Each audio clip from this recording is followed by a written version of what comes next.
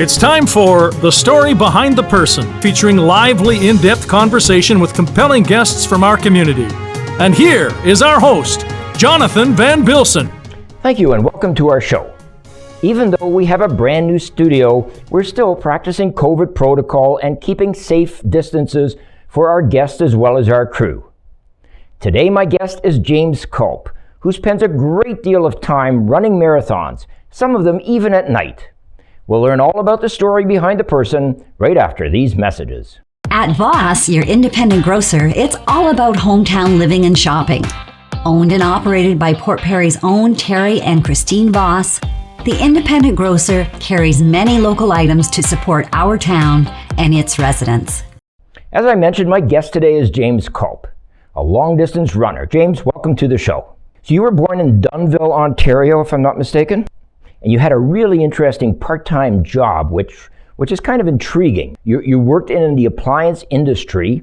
On Saturdays, I helped to deliver furniture and fix some appliances, and it was good skills that really, I paid for my things I needed outside, the pleasurable things that my parents maybe couldn't or didn't provide for, and earned my way through school with making extra money like that and learning a few things along the way.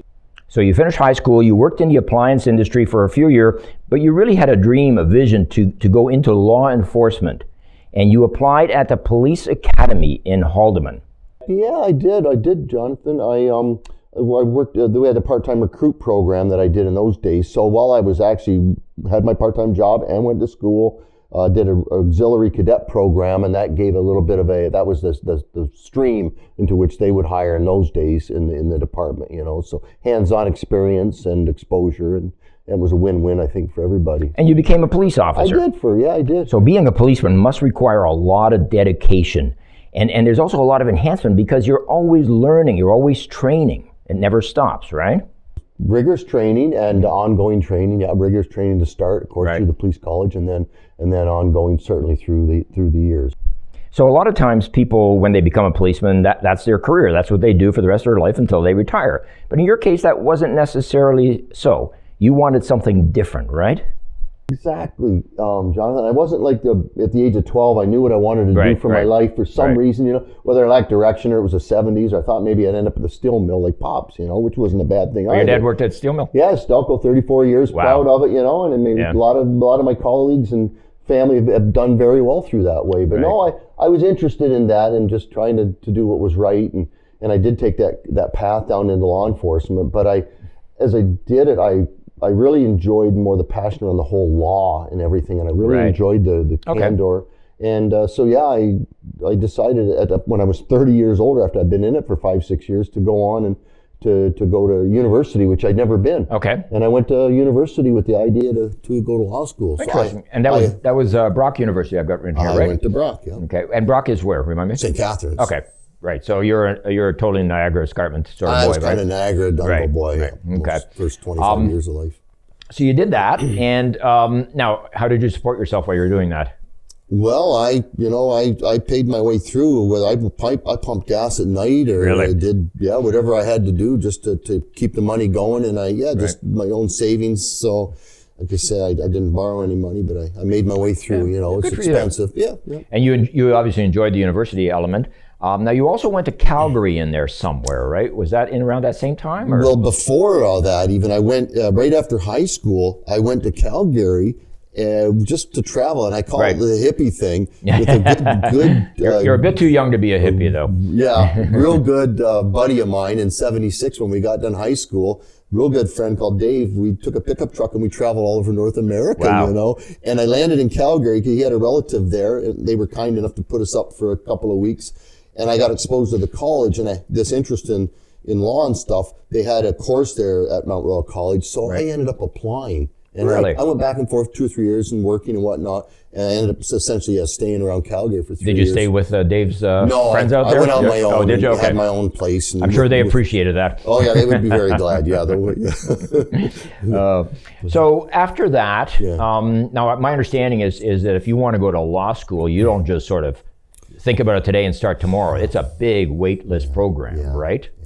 So you went through that for a couple of years? Well, yeah, Jonathan, I graduated with distinction because I worked hard and I really enjoyed every moment of being a mature student, because I was in my 30s at that point after the police department, and did really, I think, honorably, at Brock.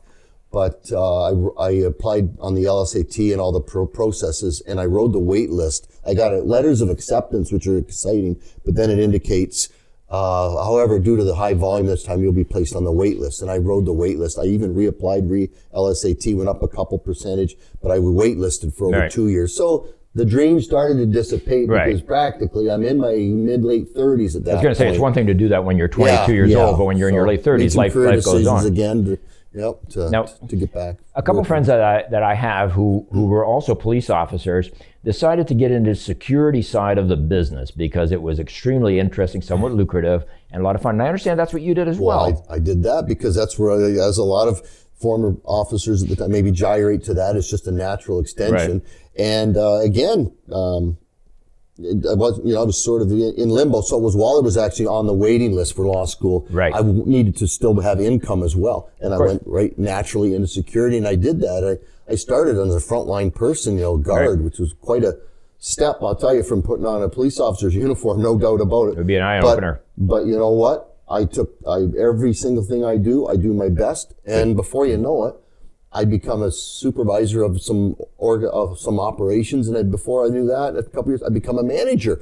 Gave me a lot of skill sets. In education, I got to work in a company of 1,000 people and learned a lot from that. What I thought was interesting, we chatted about this just before we went on the air, is that you actually got to be the prime security person for Gordie Howe. I did. And so tell me a little bit about that. You know what? It's something I would have done for free. It was an honor that when he did. I was at the NHL All-Star Award banquet, and I was assigned on behalf of my company that night to be his primary escort and protection person. Through the years with the security that I had, I'd been able to get the opportunities to work in what we call private details and executive protection, fancy word, and some people, notable people that you deal with. And Gordie Howe was the highlight of a career in many senses. The evening I spent with him, and honored to be with that. And I understand they forced you to sit beside him and have dinner, right? That is a tough gig. Converse through dinner, imagine. That is a tough gig to do. That is a tough gig. Great. Yeah, my understanding is, I've never had the pleasure of meeting Gordie Howe. My understanding is he's one of the most genuine, wonderful people that was ever in that business, right? And the other person that you were close to, from the security perspective, was Conrad Black. So we kind of got Howe on one side, Black on the other. They're not exactly the same personality, but you had mentioned that you were part of that launch of when he launched the National Post. I believe it was the Post that he launched. He had a big gala at his home in Post Road there, and a guest list, and I had to oversee a detail of a number of security officers and points around the property. And again, that gentleman, I have nothing but to say, but he was genuine, and even though we say, well, we're security folks, he made a point of introducing himself with me personally, making sure, he said, you, James, have all your officers go in the kitchen this evening, and whatever the chef is cooking, you will make sure they all have their 20, 30 minutes of a break. He really was respectful. I had nothing but good to say how he treated me personally. Right. And that's commendable. I mean, that's interesting. It's very interesting. So you also worked part-time at Community Living, which Community Living, for those people who are not familiar with that, it is an organization that helps people that are disabled. Is that right? Yep. It helps them get back onto a road of recovery if possible, or at least give them quality of life that they would otherwise not experience, right? Yep. So here we've got somebody who's guarding Conrad Black. Now he's looking after the well-being of disabled. It's a bit of a transition, correct? Yep. The security business was Toronto focused, and through word of mouth, and I came out to Port Perry here to actually work on the weekends as a part-time gig. Like I say, I'm working 2 and 3 jobs, whatever it's taken, through my journey. And I picked up weekend work, working with some folks with intellectual disabilities, and I just like to bring my values of recreation and activities and things like that, and I worked really well with some folks. And it became and you met your wife there too. I did. Indeed, which is amazingly excellent. Good for you. So the Community Living, once you went part-time there, they offered you a full-time position in Port Perry, is that correct? Yeah. So you then moved here, obviously, because you don't want to commute from the Niagara Escarpment all the time, which is interesting. And from there, you got into your current position, which is with Probation Services, right? Ministry of... It was, it started in probation with the Ontario Public Service. The job here with working in the community living Durham North became a full-time gig, and I gave up the Toronto to make a career choice again. I said, you know what, I'm coming this way. I enjoy the work, and went full-time into it. And then as I was doing that, I'd been doing it for a few years, and in 2002, an opportunity came up at the public service that was pointed out to be actually by my wife today, and said, this has got your fingerprints all over it. This is you and everything. So long story short, I went through the rigorous OPS hiring process, and I became manager of the area, the Kawartha Peterborough area of probation services. Wow. And probation, and I'm sure everyone knows what probation is, but it's when someone who has been convicted of a crime, who's been released, who has time that they have to sort of be on good behavior and so forth and check in on an ongoing basis, correct? Yes. So your job is to patrol that, or to make sure that there's nothing falls between the cracks, correct? Yes, I had oversight with a great team of probation officers, Jonathan and Lindsay, Peterborough, Port Hope, even a large area, and a really good team that I inherited there, and I oversaw the operations of that entire zone with them. Right. And the young offenders, or young persons. And that was based out of Peterborough, correct? It was, but some mobility around that in the east. So from there you went on to the regional manager for the eastern region. From there you went on to special projects. And I know you can't talk a lot about that because you're sort of the black ops guy of the organization, right? We'll do another show totally around the things and we'll put a mask on or something like that.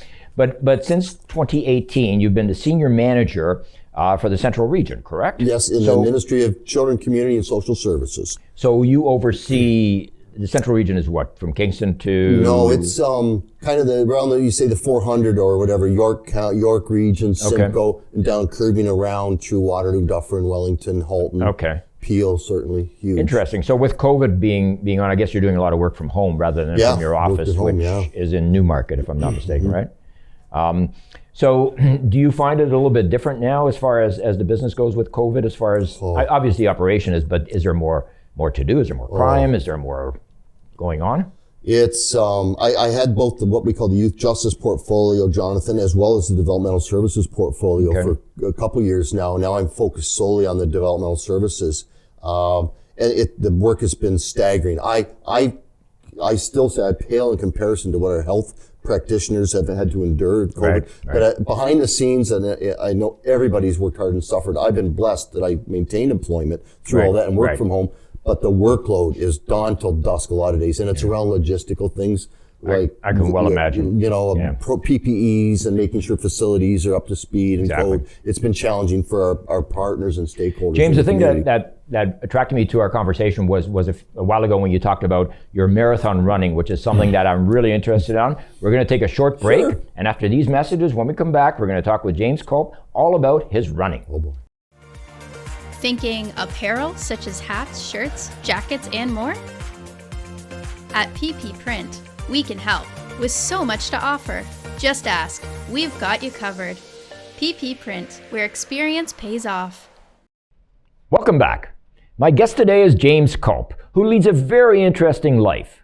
And his passion is running marathons. He's traveled to a lot of places to follow this dream. James, welcome back. Thanks, Jonathan. I'm intrigued about the running. Your life is very interesting up to this point, and everything we talked about has been very interesting. The running has sort of been an underlying factor that has kept you going, correct? So it's not something where you just decided last week that you're going to run. You started this when you were young, right? You'd mentioned off air that you were a skinny little kid in high school who wanted to run, which you did, right? Yeah, I did, yes indeed, It's carried me through. So the running really started in 1995 for you, right? With an introduction to, was it your boss's wife who was involved with the Olympics? No, in the 80s, it's a school thing in college. Okay. Right, I was when I was in Calgary, and my instructor, his wife was a member of the Canadian Olympic team. Okay. And he'd introduced me to the Olympic team at that point in time, and I trained with two of the members that had been to the 72 Olympics on on the 4x100 for a year. Okay, so for us lay people, the 4x100 it's a relay? Yeah. And it's 4 times 100 meters, is that right? Yes, 4 people doing it, each 100 meters. So that would be in the sprinting category, is that right? Yeah. Okay. 100 yards in. Which is typically, 100. Pre-metric. 100. I don't know, I'm too young to know pre-metric. But yeah. So, and that put the running bug into you on a more serious level, right? It took me to another level for sure. Yeah. I was a lot leaner and meaner in those days, and I ran, like I say, for the sprinting coach, Canada's sprinting coach. Taught me a lot. It was great. So I'm curious. So you probably thought you were a pretty decent runner to begin with, and now suddenly you're training with people who are Olympians. Do you find that you were better than them, or were you just a tad behind there? It was amazing, Jonathan. I was like in my college class, I would be the equivalent of a lap ahead of everybody. That's because I was quick, and I don't want to boast, but I was quick, and that's why this coach or this instructor had said, you got to try with these Olympic. So when I went to them, I was probably the same equivalent as what I was ahead of the others, and they would be a second ahead of me on a 100-meter. Right, which makes a big difference, right? Second, amazing. Yeah. But it was fun. It was a great experience. Right, and it set you onto a path. I mean, running is not for everyone. It's certainly not for any. In fact, it requires a lot of discipline because you have to get out there on a regular basis, right? You said you train a couple of times a week on a normal basis. That. Yeah. Is that right? Yeah. Oh, I mix it up probably, John. As I've aged, you kind of change your style perhaps. I think you should, and you can run 5-6 days a week, probably no problem. As I age now in my 60s, the recovery period is so much greater, and you have to mix up the long, short, medium kind of distances. So come the better weather, because I'm such a fair weather guy now for running. But I like to be at least 3-4 times, at least in the good weather, and depending time of day or evening and things like that. So in the winter, when it's I won't say when it's minus 25, because obviously that's not fit for anybody to be out there. But when it's hovering around 0, where do you normally run in the winter? I still get out with some of my crazy colleagues that I've been friends with for years, and we still go to the Durham Forest. Is that right? Yeah, we love it. I was out there Sunday with my good buddy Dale, and we did 9K, very slow and easy. Right. On the trampolines, the snow trampled down and whatnot. Okay. The day before that, I just went out on my own and did some road work. So when you say it's a nice and easy 9K, do you kind of run and chat and stuff like that? Chatting runs. Okay, so absolutely. It's not just it's not this just time to of get year, through. But the cross training is the big thing that I found is so beneficial, and there's all kinds of literature on it, Jonathan. So what is cross training exactly? Well, I mean, especially as we age, and I probably missed the boat a lot along the way of the years because I just ran and always seemed to want to run harder. But it might be swimming, it might be cycling, it might be gardening, just getting out alone. The gym. I've had tremendous results. I wish I'd have known 5 years ago. Trained like mad with Maddie. I took a personal trainer and has got me doing things that I probably knew I should do and could do, but making sure I do them, and then really religious about hammering it. And I'm feeling the best, honestly, right now that I felt in 5 years. Oh, good. It's amazing what you can learn from someone who actually knows, right? I'm the last guy that would have went to a personal trainer, to be honest with you. And I've said to a few people that I talked to, it's been the best investment I've made in the last few years. Yeah. Now, I've been to her studio, actually, and it's amazing to have these massive ropes, right, that you try and control. And it's funny to watch because Maddie has got to be like 100 pounds sort of thing max. Yeah. And she picks these things up and she just goes like crazy. And I tried lifting them, well, it just didn't quite work for me. She's professional, and it's just been an amazing for me. So, but I got to do the road work. It's all up to me at the end of the day. I got to get the miles this coming year. So your average run, your average marathon, if you like, you said you do about 5 or 6 a year. I try to do 5-6 races a year anymore. Yeah, for the last number of years, probably even one a month, kind of from spring to fall. Yeah, and to do something. So a marathon would be what, maybe 100 kilometers on average? Well, 80 kilometers. A marathon's 26.2 miles, right? And I do everything from even a half marathon, which is a 25K, maybe a trail run, but the ultra marathons, Jonathan, which would be maybe a 50K. I strive, and I've gotten into this. And I mean, and then, you build up, and I've done a couple of 50 milers the past few weeks. Just before COVID, I had a couple of really good ones, actually. 100Ks, but averaging, it just depends. And you maybe stagger your season to start off a little, a 10K or a 20K, a half, whatever. And then I peak up. I'm trying to peak up for a fall top notch. So season would be like early spring to late fall kind of thing, when the weather allows. Yes, that's what I do. I'm a fair weather person. Okay. There's a lot more hardcore guys out there than me doing great stuff, but. And you do these marathons where? Like?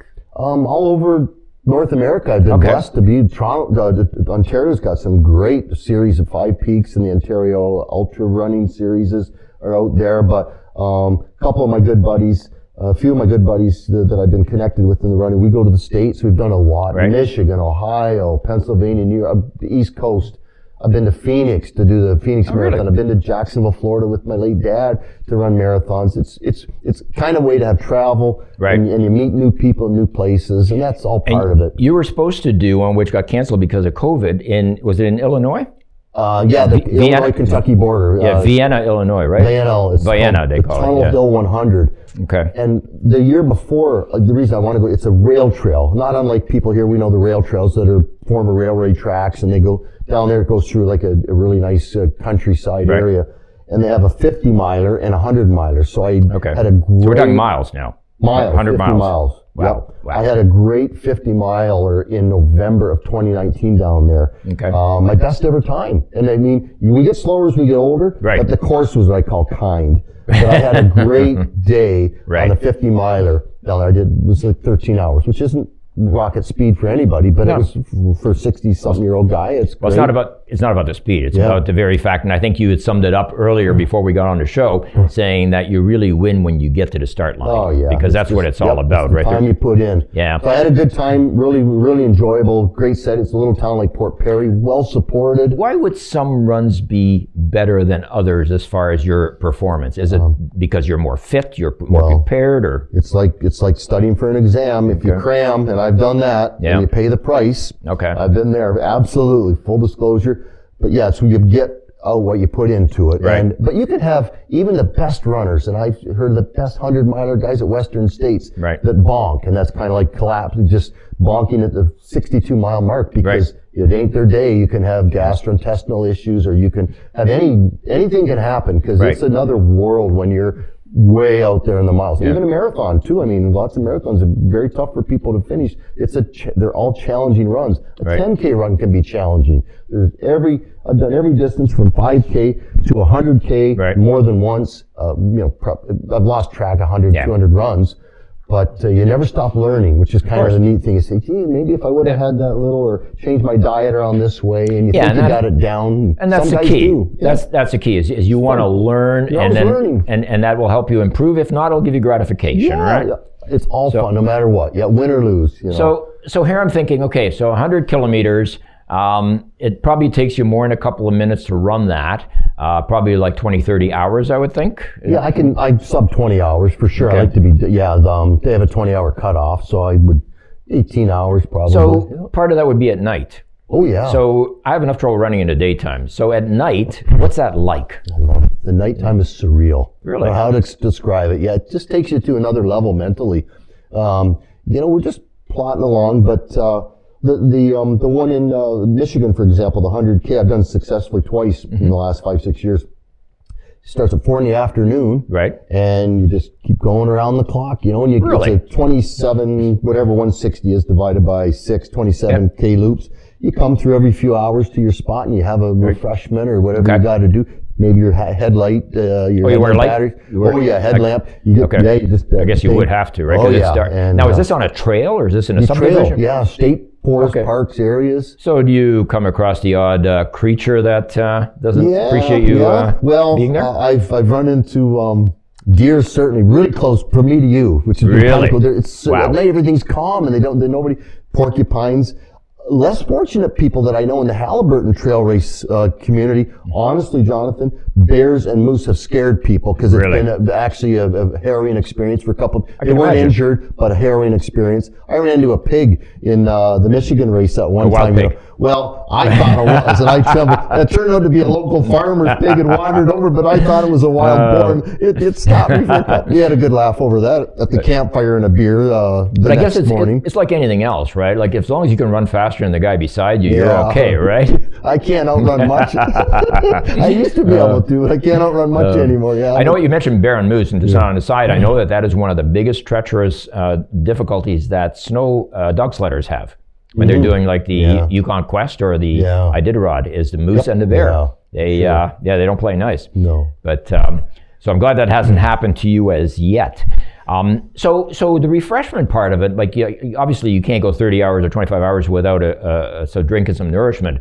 So do you constantly drink water as you're running? Like you have to continue to hydrate, right? You have to look after yourself in terms of your own. You can't rely on the races, but the races generally they're just amazing. The support at these races, Jonathan, and that's one other thing to try, just to see volunteers that don't know you anywhere. You're down in some small town in Pennsylvania, and you show up at an aid station at 2 a.m. after running 37 miles, and they got some lights on and a generator, and they're be like going out Old Simcoe Road here to a quiet country road, and they got this stand, and they're clapping for you, and they got maybe little pancakes or sauce or some food or fruit or soup, and they clap for you. So that is, you do calorie intake throughout the race, whatever works. Everybody's different. Some people can do some things. We all have our favorites. Mine's watermelon. I love my soup. Okay. It's hard to run with a watermelon. I carry a camel pack. I carry a camel pack with 1.5 liters. Generally on anything longer than 30, 40K. Because I have heard of people drinking too much water when they run, and it affects their kidneys in a negative fashion. If you did, there are certain, if you go to an extreme level of drink and you don't take the right amount of electrolytes, you're sort of flushing yourself, which is not a good situation. I don't know too many people that have, but it does happen. Absolutely. I'm not a scientist, and the guys know a lot more than me about it, and I've had my days where I didn't hydrate right, I can tell you, and I've been one of these guys on the ground. And you learned this obviously through experience and from co-runners, right? Other runners. Yeah, we all share miseries and experiences, and we laugh, and absolutely. So, in the minute we have left or so, James, I'm just curious about the kind of gear that you would like. What sort of running shoes would you have? Like, what do you look for when you get running shoes? I like a big toe box, and that saves the fronts of my feet and my toes. And I always say get the shoes to make sure it's big enough. And I like a sock. Trend is a lot of light socks today, but I still like a thick. Just whatever works for comfortable shoes. And you have stuff to wear for chafing, and I won't go into that, but like body glides and things like that, and hats. There's just different things. It's not real scientific. Right. Anybody can get into it. I'd encourage anybody that wants to try it. Well, it shouldn't cost an arm and a leg, but a few things to help. I'm excited. I'm very, very interested now. I might even take you up on this, and maybe we can go and run together for a short distance. Absolutely. We can run to the pub. That'll do it. That'll do it. Balance in life, and it's been a blessing to me. It's made me a better person, and it translates into the rest of my life in a positive way. I think I've learned from it. Thank you so much for being on our show today. It's been extremely interesting. I've learned a lot. I'm Jonathan Van Bilsen. Thank you very much for watching. Please join us every month when we explore the story behind the person, right here on Rogers TV.